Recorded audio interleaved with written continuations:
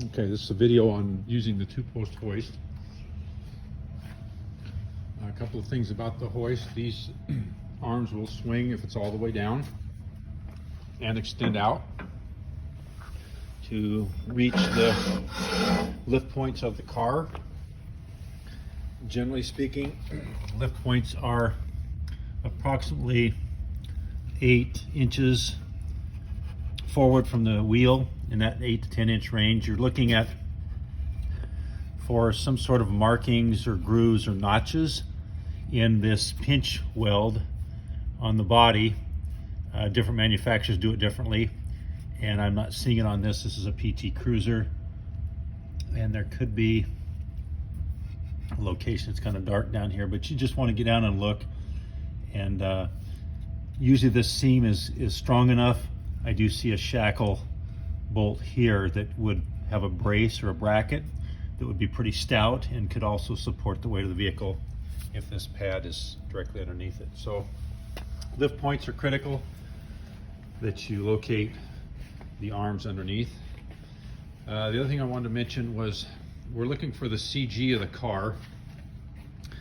So the center of gravity, meaning that if I could lift this car up with a finger and place my finger underneath, and the car would be balanced on my finger. That's what you're trying to mentally figure out. Generally speaking, when you're sitting in a driver's seat, between your rear end and the steering wheel is going to be the CG of the car. That should be between these posts. And then the weight's balanced on these arms. So those are two big things. Position the arms, get the car balanced. Most of the weight's going to be in the front with the engine and transmission, drive axles, front wheel drive car, so you're going to have a little more weight to the back. But again, use that steering wheel or seat, driver's seat, as a guide and you should be fine. You want to position the car even side to side as best you can. And make sure these arms are out before I raise it up so we're clear. So operating the hoist itself, the button here will run the pump, and it says push to lower the level, allow 2 seconds to reset. So I wanted to make sure and point that out.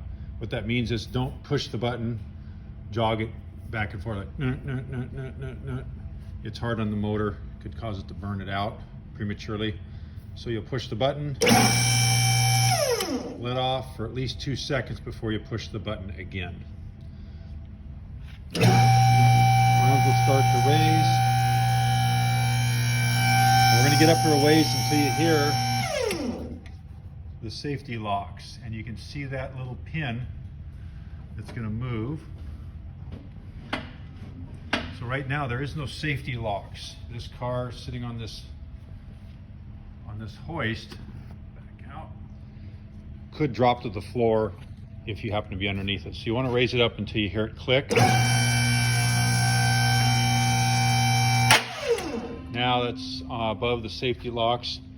This is how you lower it. You release the hydraulics. And now it has lowered itself down to where it's sitting on strictly the locks inside. So there's no hydraulics holding it up. It's safe to get underneath and work. And you'll hear that ratchet as it goes up.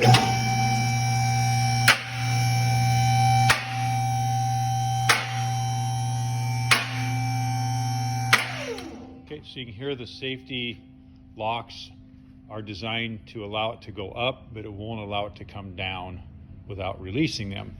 This lever is how you release them. It's connected to a cable that pulls the arms back on each side. So both uprights here, both posts, have a safety lock in them. Push the handle all the way down and it will go past center and lock out. Now it should allow these arms to go down. So I release the handle and they are going down. I will tell you that you'll want to make sure that both sides are moving together as you lower the car, especially if you're maxed out at the top of the reach travel. When you go to release the pressure here, Try to get underneath the car so you can watch both sides of the car to make sure the car's not tipping. This side here will always release.